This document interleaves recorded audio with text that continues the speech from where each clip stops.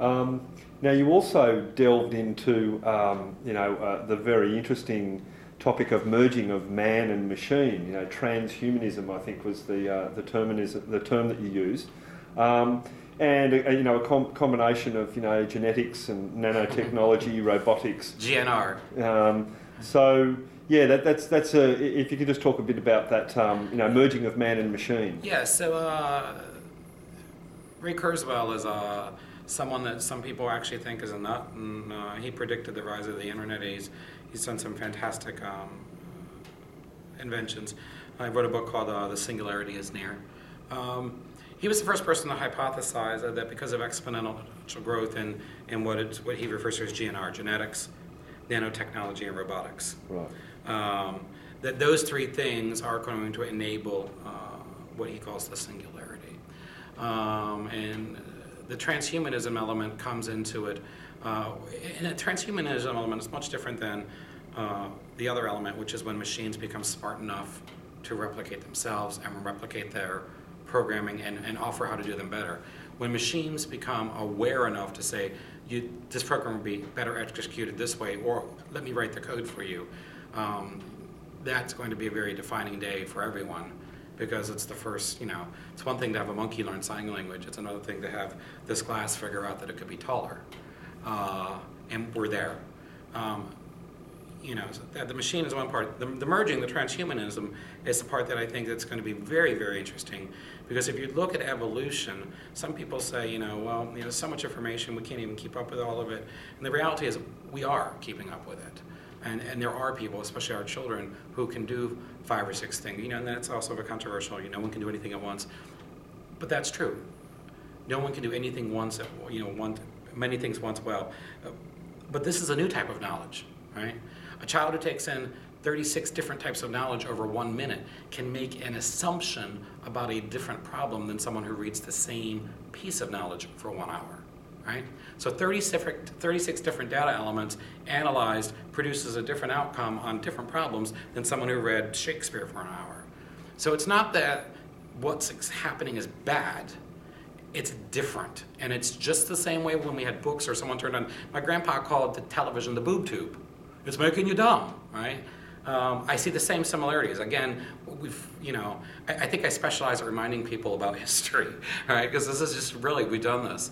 The transhumanism part comes in because, in essence, in the next 20 years, we're not going to be able to not be jacked in. There's a scene in the Matrix movie where the main character's name is Neo, and he says, I need to know karate. And he knows karate. And that type of neuromeshing is a lot closer than people think. Again, there are people who say, well, Kurzweil's nuts, that's not going to happen.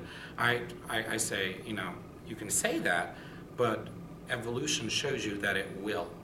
Again, if you were to go back 100 years, 200 years, we would look like gods, moving in machines, having light come out of our hands. We would look like gods. I mean, that's how we scared the Indians in North America. Except it's not going to be 100 years this time, it's going to be 20. Okay, and the last question I've got for you is that you said in terms of our use of data or information, the way we use information, that we should find your C. You said right. We're all either a curator, a consumer, or a creator. Yes. So if you could just elaborate a little bit on that alliteration. Yeah. Well, no, I think it's one of the things that I've kind of coined. So the 3 C's, you're either a consumer, you're either a creator, or you're a curator. The curator is really the new piece, and there's a saying that the only way you can filter everything is with everyone, right? So in my life, digitally on Twitter and other social networks that I use, I consume most of my information this year in Twitter, but it's been different in others. I follow people who curate for me. I can't follow everyone. I wouldn't have time for this interview. But I very carefully choose, just like I would at a cocktail party, the people I want to be near and the people I want to be I'm talking to you, but I'm listening to that guy over there. So the notion that I'm getting information hand-delivered and picked that I find interesting, to me, makes it easier for the person below me, unfortunately, that's the way that the Twitter stream works, to say, oh, that's the stuff he says is what I want to hear. So curation is something about creating the most myopic television stations or audio stations for your customers. And I think people ought to miss the boat about social media. I mean, the people who I follow, the people who follow me, people who I'm friends with, the people I'm linked into, those are customers. And at the end of the day, I met you, right? Finally, I saw your Twitter thing. I linked into you on LinkedIn. You're a customer of mine for life. No matter what our relationship is, I have to be respectful to you. I have to make sure that every interaction we have is valuable, more valuable to you than it is to me. And that shift in thinking, it helps fill the curation thing. But why I mentioned the 3 C's is I think people need to start, as we move, especially in the first world, away from products and services that most people wouldn't do, and we outsource to. We'll go into that, sorry. We have to start looking as knowledge workers what we're doing. And any time during the day, someone is either creating, consuming, or curating. And start to try to move yourself. So if you're someone who spends all day long creating documents, really spend an hour a day looking at the documents you're creating and only sharing them with specific people. Because we want to overshare, but a good curator shares with the right people. If you're someone who consumes all day long, or you're a kid and you're sitting in front of the machine all day, force that kid, they're not going to create, we know that from school, right?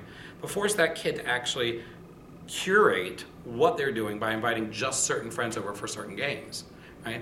As we start to look at whether we're consuming, we're curating, or we're creating, we start to really take on life in a different way, and we make time for interactions like this. So right now I'm creating, and you will take this video and you will curate the best parts, and someone will consume it. And those 3 pieces help us move forward in the next 3 years. Thank you very much, Chris. I appreciate your time. No problem. Thank you.